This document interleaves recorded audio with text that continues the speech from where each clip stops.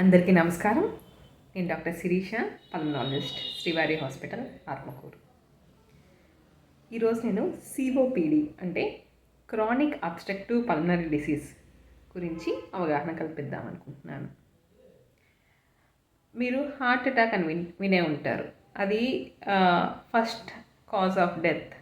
అయితే ఇండియాలో ఎక్కువ మంది చనిపోవడానికి రెండవ కారణము ఈ సిఓపిడి అంటే లంగ్ అటాక్ అని కూడా అంటారు.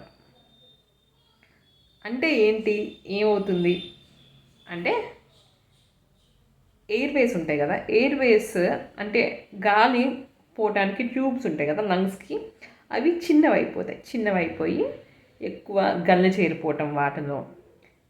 అదే కాకుండా మనకి ఎయిర్ సాక్స్ ఉంటాయి అన్నమాట. ఎయిర్ సాక్స్ అంటే రాక్షగుత్తం లాంటివి ఉంటాయి.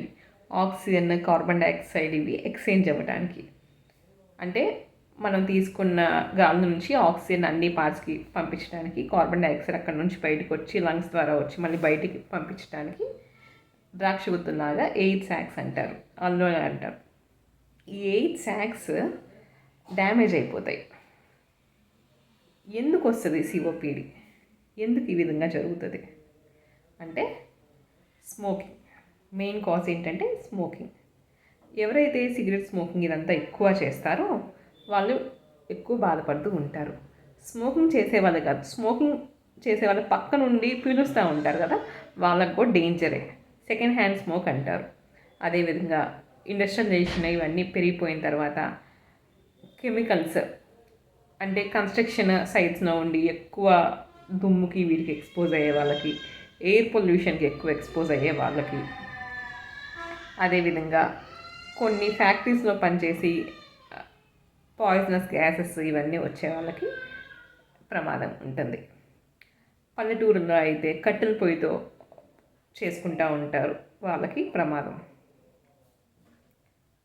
అదేవిధంగా ఇన్సెన్స్ స్మోకింగ్ అంటారు. అంటే కొంతమంది ఎక్కువ పూజారులు కానీ ఎవరైతే ఈ స్మోకింగ్కి అంటే హోమాలు అవి చేసేటప్పుడు ఎక్కువ పాయిజనస్ గ్యాసెస్కి ఎక్కువ ఈ మధ్య అన్నీ కల్తీ వచ్చేస్తున్నాయి కాబట్టి అగరబత్తీస్ ఇవన్నీ నూనెలు కొన్ని వేసేటప్పుడు ఎక్కువ పొగొచ్చేస్తుంది, వాటికి ఎక్స్పోజ్ అయ్యే వాళ్ళకి వచ్చే ఛాన్సెస్ ఉంది.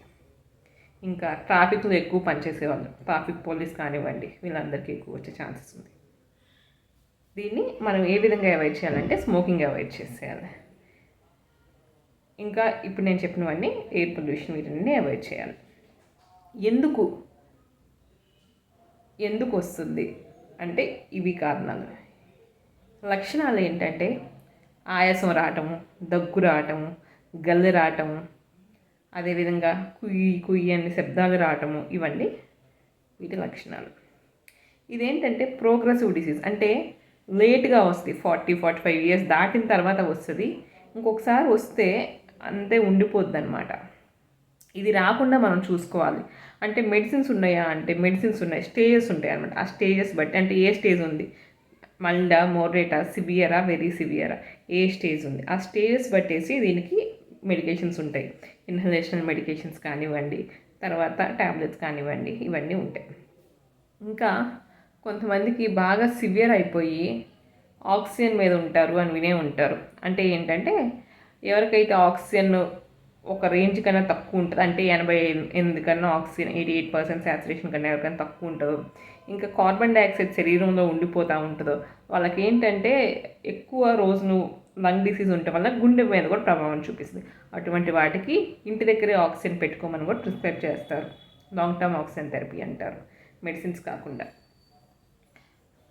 అవే కాకుండా పల్మనరీ రీహాబిలిటేషన్ అంటారు. అంటే కొన్ని రకాల exercise, breathing exercises, diaphragm exercises, తర్వాత పర్సనల్ బ్రీతింగ్ అని కొన్ని రకాల బ్రీతింగ్ ఎక్సర్సైజ్ చేయటము, వ్యాక్సిన్స్ తీసుకోవటము, డాక్టర్ దగ్గర చెప్పినట్టు ఇన్హలేషన్ మెడికేషన్స్ కానీ మెడికేషన్స్ ఖచ్చితంగా తీసుకుంటే ఈ సిఓపిడి నుంచి, లంగ్ అటాక్స్ నుంచి కంట్రోల్ చేసి మనము చావుకి తక్కువ ఉంటాయి.